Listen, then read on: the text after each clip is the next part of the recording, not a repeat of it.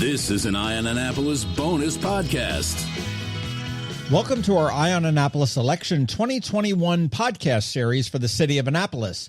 Just a few quick notes for you. We reached out to every candidate running for office in the city of Annapolis to ask for their participation. Some participated, some didn't respond, and others responded, and we just weren't able to find a common time to record. It should be noted that in those circumstances, the candidates were usually running unopposed. These are unedited, so the ums and the ahs and the coughs and everything else are all still in place. This is deliberate, so you can hear the candidate raw. All of the candidates were asked the same questions, to be fair, except for one, which was specific to that candidate. We started out with some wider-reaching city questions and then got into some more specific ward questions. Ballots should have hit your mailboxes already if you live in the city of Annapolis, and it is important to exercise your right to vote, so please make sure you do. It's also very critical that you cast a vote that is right for you. Not what your neighbor has said, not based on something you heard. Do your own research and vote for the best candidate for you. And we hope that these interviews will help you in that process. And I do need to thank all of the candidates that have decided to get into this mess we call politics. Win or lose, these folks all care for Annapolis and have a passion to serve, and I appreciate their willingness to do so. With that said, let's have a listen. We're back here in West Annapolis, again outside of Bean Rush Cafe, and this time we are sitting down with Scott Gibson, who is the aldermanic candidate for Ward 2, or I should say is a aldermanic candidate for Ward 2. And we wanted to sit down and just talk about some city issues, talk about some ward issues, and some issues about you. Not nearly issues, but we'll figure that out and find out why somebody would want to vote for you as we go. So, if we get right into it, with a city this small, it's not real fair to look at percentages. If we have a murder last year and we have 2 murders this year, our murder rate has gone up 100%. And that's not very fair. Let's be realistic. But we do have crime in the city. And how do you assure constituents in Ward 2 that the city is safe and that the police are doing a good job of what they're doing? I understand the concerns that we're hearing from lots of citizens. You're right, percentages can sound very bloated, but the reality is we had 1 murder in the city 4 years ago, 4 murders the year after that. We had 6 murders last year, and we're at 4 murders this year. So that's a pretty steady rise in murder. And that doesn't include some things like people who were shot and not killed. We know when Sean McGowan was murdered along Clay Street that 2 teenage girls were shot and injured. Luckily, they survived. It doesn't count the number of times the bullets miss. Just a couple weeks ago, we had a bullet lodged in a door on Clay Street. I think it's fair for some citizens to criticize the mayor when he said that Annapolis is a safe community. Look, when we're seeing numbers like this, I don't think it's the time to have 1 in 5 police positions unfilled. And this summer, we were reporting a 20% vacancy rate in our police department. Crime is one of those areas where it really does highlight there's 2 Annapolises still, despite our efforts. So what I think we need to do, I think we need to zero in on filling those police vacancies. I do understand that nationwide this is a problem, but I think it's a worse challenge here in the city of Annapolis. When you look at the Associated Press reporting, large cities like Philadelphia were sounding the alarm at a 10% vacancy rate. We're double that. But I think it goes deeper than that. Look at the council's work session with the police chief just a few weeks ago on September 23rd. It's clear that there is distrust between the police force and the city council. Look, I'm all for reasonable reform. I've been published in the Capitol twice calling for reasonable reforms, independence in investigations of police misconduct, expanding what is applicable under the Public Information Act. But we need to work together. And right now we have a city council and a police force that seem to be at odds. I think the first issue we've got to address when it comes to creating one Annapolis is being honest about our flaws. And it's still fair to say that violent crime is part of the lived experience in many neighborhoods in our city, including some neighborhoods in Ward 2. Okay. Well, and for those that are listening, Ward 2 is West Annapolis. It's like the neighborhood of Wardour. It's got Admiral Heights over by the Naval Academy Stadium, but you do also have Clay Street in this ward, which sort of tucks in against Ward 1, which is the historic downtown district. Yeah, you may hear people refer to it as the old Fourth Ward. It was a historic black community. At one point, a really thriving community. In the 60s, however, unfortunately, our local government decided to seize many of the black and Jewish-owned businesses in that neighborhood and raise them in the name of urban development. The Whitmore Garage, which serves mainly as county employee parking, is what we built in its place. But the Clay Street neighborhood, unfortunately, has been walled off from much of the city and had a very different experience than most of us enjoy in Annapolis for a long time because of city action. Right. Well, I'll tell you, it doesn't really affect Ward 2 directly, I guess, but we've all been there. A car wrecks on Forest Drive or someplace like that, a pole falls down, a tree falls down or something like that, and all of a sudden it's an Annapolis apocalypse with traffic. It is, and that's sort of a side benefit, not the right word, but of development and of perhaps overdevelopment and whatnot there. Traffic with development comes people, comes traffic with cars and everything else. And that's a huge part of the quality of life of any community you're in.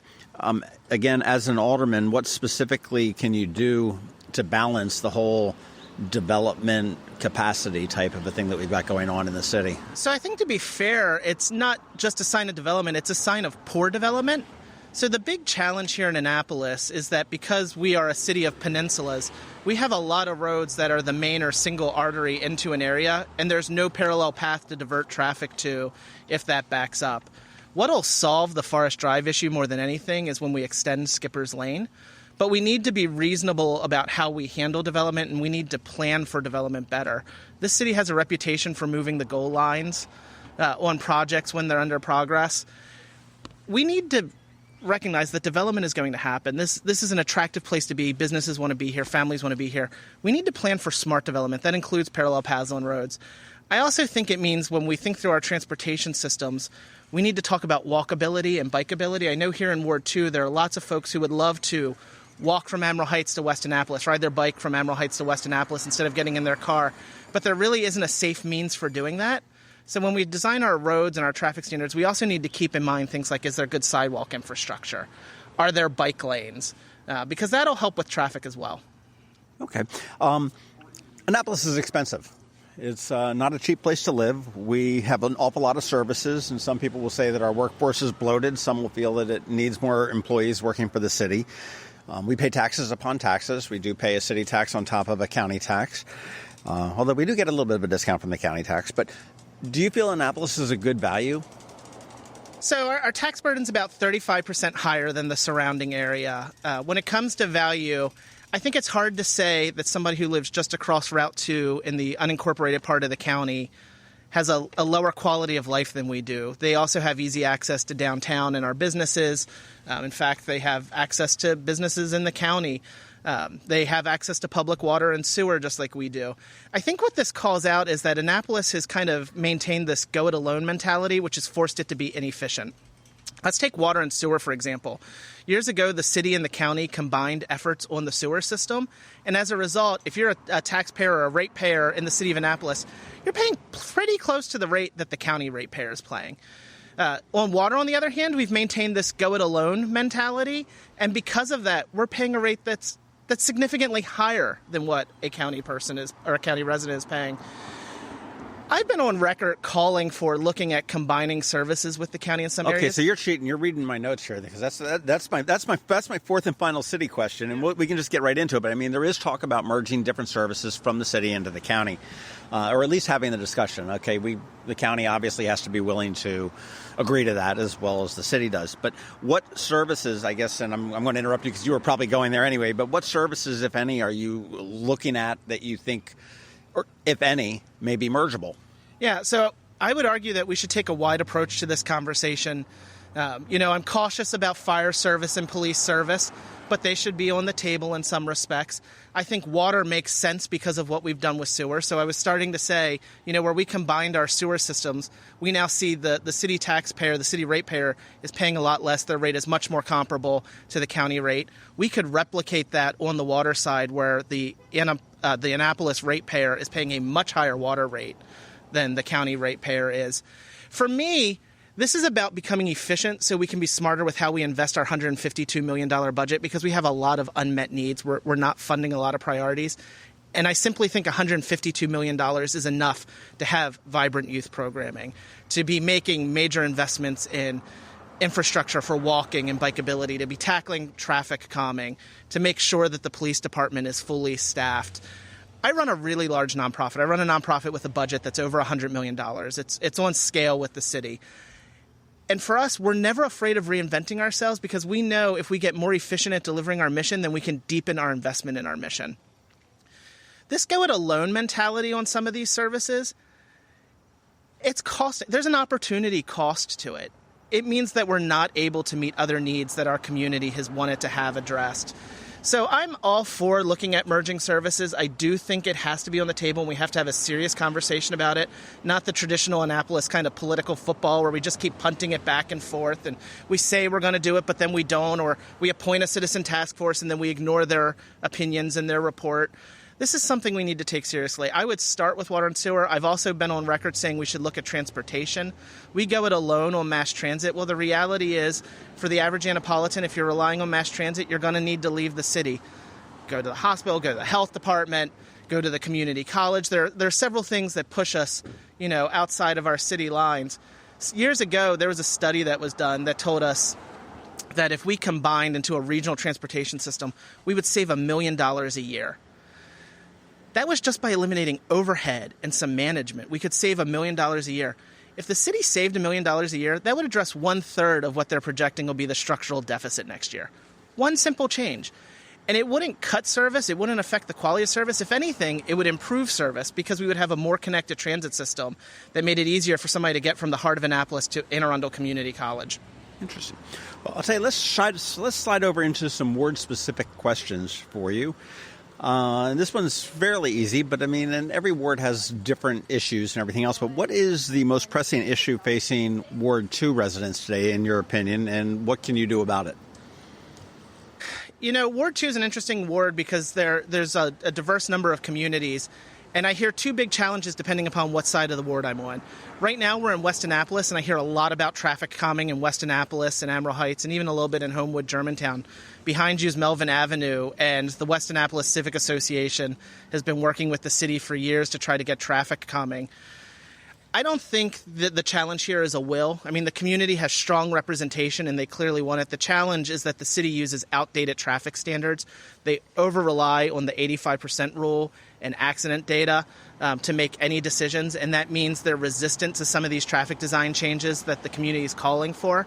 I think we need to have a citywide conversation about what is the appropriate traffic standard for this city if we want walkability, if we want calmer roads. But as I move over to Taylor Avenue and Glenwood Avenue and Clay Street, there's a growing concern about crime. It's just part of the reality over there. Clay Street's had 2 murders within the last 12 months. Sean McGowan last October, the woman who was murdered at the hotel, that bullet originated from Pleasant Street. That's an intersection with Clay Street. And I had a neighbor tell me, and it was shocking to hear, she's like, if that bullet had traveled in the other direction, I don't know that it would have gotten the attention it got. And while I would like to think that she's wrong, evidence kind of tells me she's right. We still haven't found Sean McGowan's murderer. There wasn't $60,000 worth of reward money. They had another incident more recently where a bullet was lodged in the door. We need to definitely invest in community policing. We need to build relationships between the community and the police force. We can't do that when the police force has a 20% vacancy rate. And so I think that's a critical issue for Ward 2 residents as well. Okay. How do you plan to communicate with your constituents? And I guess, what is your preferred means of being contacted? So I plan to have a completely open door policy, and today that also means a digital open door policy with my constituents. I've accepted every single invitation to speak that has been sent to me as a candidate. Even groups where folks told me, "Oh, you don't want to talk there. They're not going to support you." I still go. If you show me the respect of an invitation or passing along a question, I'm going to show you the respect of an earnest answer. So I'm going to keep accepting those invitations.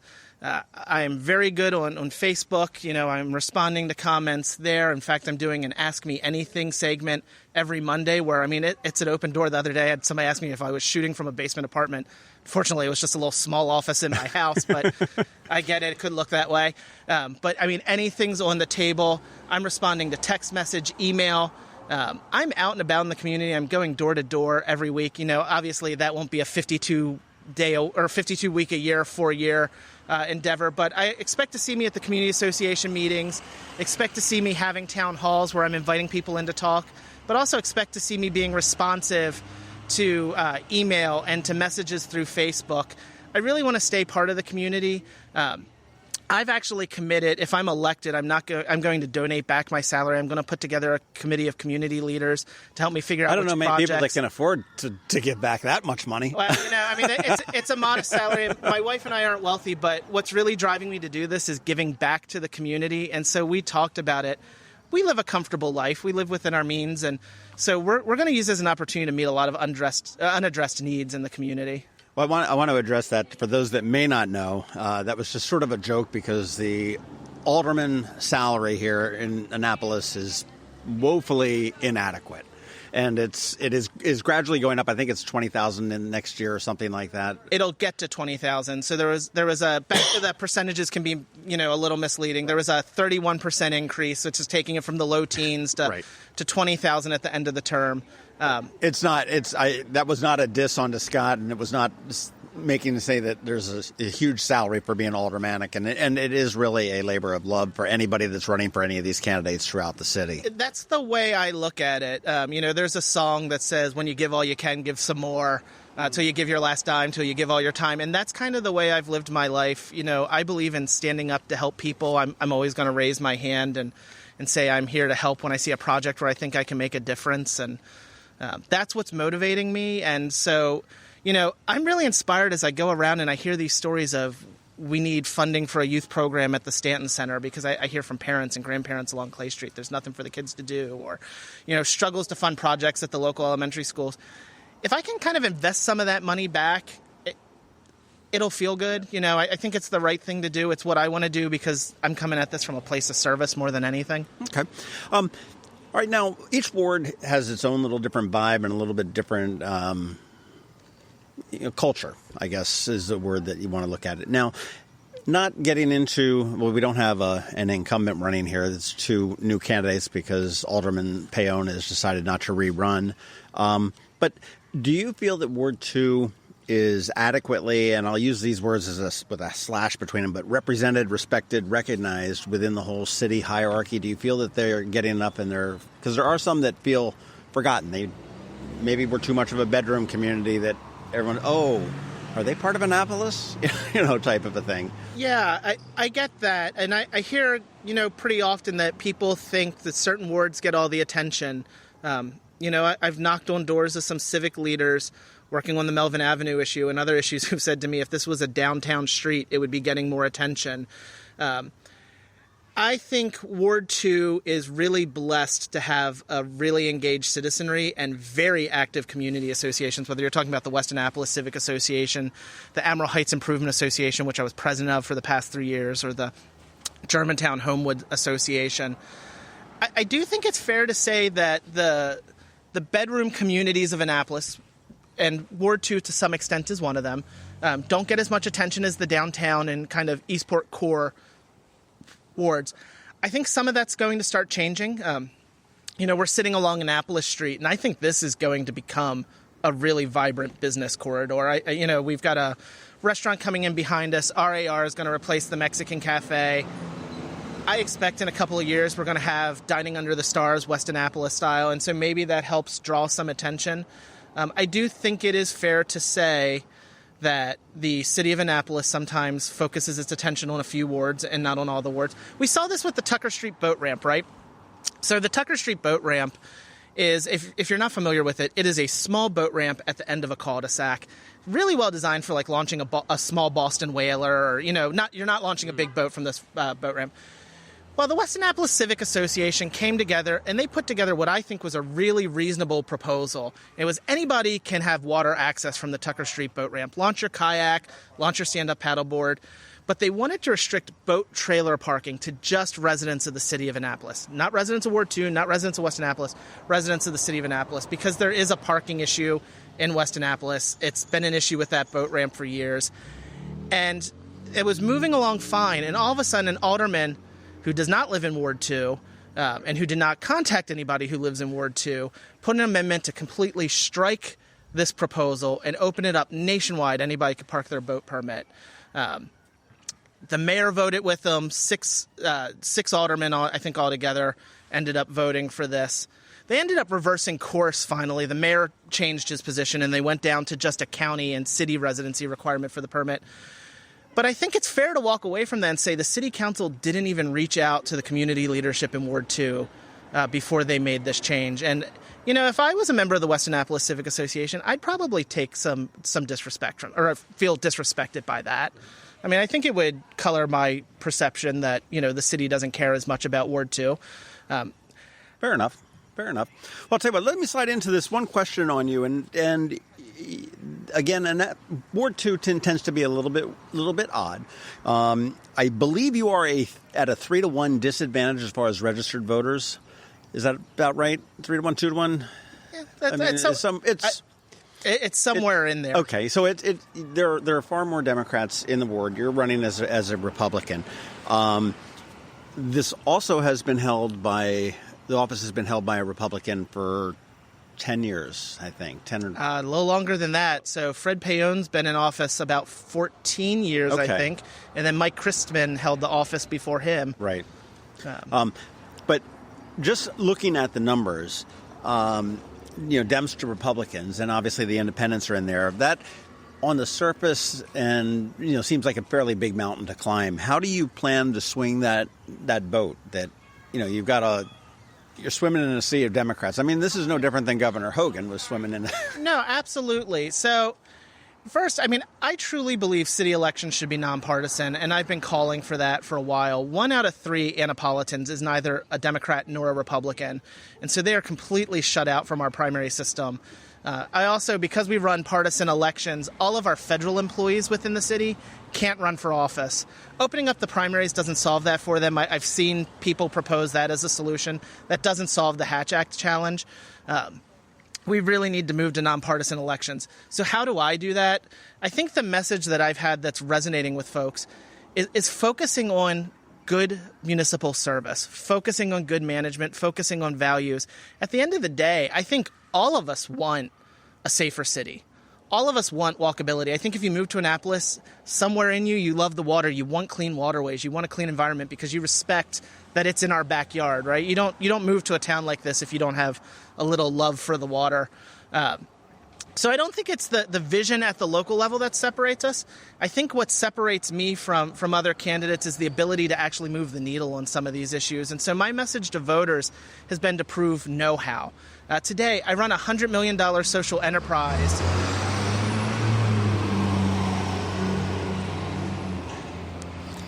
Today, I run a $100 million social enterprise that supports people with disabilities, launching their careers, living independently in their communities. I've had a record of stepping up to solve community issues to help fund after-school programming for children, taking on leadership of our community association and addressing big challenges that face us. 2 decades in public policy experience. I haven't written the book on how to run a city government, but I taught the course for 11 years at Mount St. Mary's. So I think what resonates with the voters in Ward 2 and the way I'm climbing this mountain is I'm focusing on what unifies us, and I'm focusing us on how to get things done. And I'm talking about issues in real practical terms. Look, I think we're facing a structural deficit. I think if we don't address that structural deficit, it's going to make it harder for us to invest in the things we support. But I'm willing to talk about it. I'm not going to give you a political soundbite. I'm going to talk about it. I'm going to talk about it in detail. I'm going to talk about it with people I disagree with. We're going to go back and forth, and we're going to have vibrant conversations. But that's what we deserve here in the city of Annapolis. And I think there's a lot of respect for that. My favorite comment I've gotten door to door is knocking door to door here in West Annapolis, and a woman answered the door and she went, I've never voted for a Republican, but I really respect how honest you're being on the issues, and you're going to have my support this November. I think that's what's resonating. There you go. Well, I'll tell you what, let's just forget the last 22 minutes that we've been chatting here because I've learned an awful lot. But I just moved here from Minot, North Dakota. Got a little house up here on, Tucker Street. What the heck? And I'm noticing all these signs running around saying vote for Scott Gibson. And I have Googled, figured out what the hell an alderman was. And so here's your chance. We'll give up to 5 minutes. Pitch me. Sell me. Why do I need to vote for Scott Gibson when we come? Oh, and before we get, I want to remind everybody that the election is Tuesday, November 2nd. The ballots will be mailed out probably the third week of October. Everybody will get a ballot in the mail that is a registered voter. Yep. You can return it by mail. Make sure it's postmarked by the end of the day on the 2nd. Do it in a drop box, which are scattered around the city. There's locations. You can go to ionannapolis.net. We've got a listing there. You go to the city website and everything else. Or you can go old school and go into a polling location and actually, I would say pull the lever, but you connect the dots and, and scan the paper. So please get out and vote. It is so important to get out and vote locally because it's really where it all starts. And the local people that are running for office have the most impact on every citizen in Annapolis' day-to-day life, much more so than anybody in Washington ever could hope to. Excuse me. No problem. So, why you? So I look at it this way. The taxpayers in the city of Annapolis are investing $152 million a year into the city to get stuff done. I think when you look at the candidates, you should ask yourself, who's going to have the best chance of getting stuff done, of adding serious management, serious leadership to this $152 million investment? And I think my record proves that I'm your guy. Our tax burden is higher in this city. I'm convinced that we can accomplish more with the funds we have, and I'm going to give the conversation about accomplishing more with the funds we have the seriousness it deserves. I have a track record of running organizations over $100 million. I have 2 decades of public policy experience.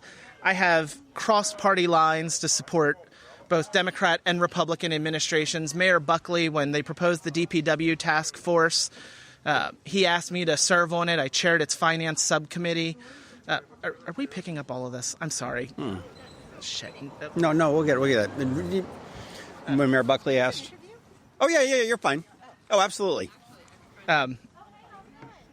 Where do you want me to start back over for editing? I'm sorry. When Mayor Buckley, the DPW. When Mayor Buckley created the DPW task force, he asked me to serve on it. I ended up chairing its finance subcommittee. I was pleased to work with the mayor on evaluating that deal and offering guidance. In fact, the finance subcommittee is one of the reasons why the DPW headquarters ended up going to Hudson Street.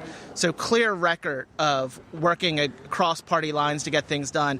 Same time, Governor Hogan appointed me to the Community Health Resources Commission, where I help manage the state's investment in healthcare access and healthcare equity throughout the state. So long, deep track record of running large organizations, lifting up communities to build a stronger, more connected community. I read in the paper that some of the candidates, they want to hire efficiency experts to help the city figure out these challenges. Well, the reality is, I'm the type of person they hire when they go and they hire these consultants. I chaired a commission on efficiency, economy, and government to help local government figure out how to improve its operations. I'm going to go in day one ready for the job. There's no learning curve with me. So I'm going to give these issues the seriousness they deserve. I'm going to be able to help provide leadership for our city on its finances. And this isn't about slash and burn economics. What I'm saying is we're missing out on opportunities to make much needed investments in our community because we're being inefficient with our $152 million. I'm going to give the conversation about merging services the seriousness it deserves because I think the city can't keep assuming that every problem is a revenue problem and every solution is going back to your wallet. Your tax rates are already about 35% higher than the surrounding area. One issue we haven't talked about yet is the Homestead Tax Credit. I'm the only candidate who's brought up the Homestead Tax Credit. The Homestead Tax Credit in the state of Maryland basically says to protect you in your home, we're going to cap assessment increases. Everywhere else in Anne Arundel County, they cap assessment increases at 2% per year. Here in Annapolis, we cap assessment increases at 10% a year. If I'm elected to the city council, I'm going to work to replicate Anne Arundel County's Homestead Tax Credit to cap your assessments at 2% a year. Why? Because it's your home. It's not a cash investment that should be rated like some piggy bank to help balance the city's budget. There should be some stability there. Well, what does that mean? Let's say for a moment you purchased a $100,000 home 30 years ago. If you were in the county and your assessment went up by 10% every reassessment, your tax bill would be a little over or right around $2,000. If you're in the city of Annapolis, that same home, your tax bill is going to be over $3,000. That's got to be part of the housing affordability conversation. We need leaders kind of talking about that to make sure that we can retire in place here in our city. That first-time home buyers who are a pink slip and a few mortgage payments away from losing their home, can keep their homes because their tax rates aren't going up, not just because of the higher rate, but because of the faster-growing assessments. I'm also the only candidate that's out there really talking about the vacancy rate in the police force, and that's a serious issue that deserves to be addressed. 1 in 5 police officer positions being vacant is just unacceptable. It's why we're seeing the problems we're seeing with crime. We do need to address the disconnect between the city council and the police force. We had the police chief walk out of a city council meeting recently because he was so frustrated with our city council. Again, all 4 reasonable reforms. I've called for them in the Capitol Gazette. But we need to solve this issue. We can't keep putting our head in the sand and saying the city's safe when our neighbors along Clay Street have faced 2 murders in the past year, bullets lodged indoors, 2 teenage girls shot and injured. It doesn't feel like a safer community for them. They deserve a leader who's going to step up and say, there's a problem, we need to start fixing it. And so that's what you're going to get with me, somebody who's going to put in the hard work, somebody who has the know-how, somebody who's going to ask tough questions and challenge the status quo when it needs to be challenged. Fantastic. Scott Gibson, thank you very much. How do we get in touch with you, learn more about you? You're on Facebook, I know. You said you're doing your AMAs and website? Yep. So Facebook is Gibson for Ward 2. Website is www.scott-gibson.com. So it's Scott, the hyphen punctuation mark, Gibson.com. And email address is scott@scottgibson.com. Once again, thank you very much for your time today. And again, get out, vote for the November 2nd election. The city of Annapolis, this will be open to Democrats, Republicans, and independents, and everybody that is registered to vote. But make sure you get out and vote. Investigate the candidates that are running in your particular ward and the ones that are running for mayor, and make an informed vote. Find out who's going to do the best job for you, no matter where you live. And again, thank you very much. Thanks for having me. This has been a bonus podcast from Eye on Annapolis. Please visit us at eyeonannapolis.net. Follow us on Facebook at All Annapolis and on Twitter at Eye on Annapolis. And if you haven't subscribed to the Daily News Brief podcast, go for it. And all of your local news will be delivered to your phone, tablet, or smart device by 6 a.m. every Monday through Friday.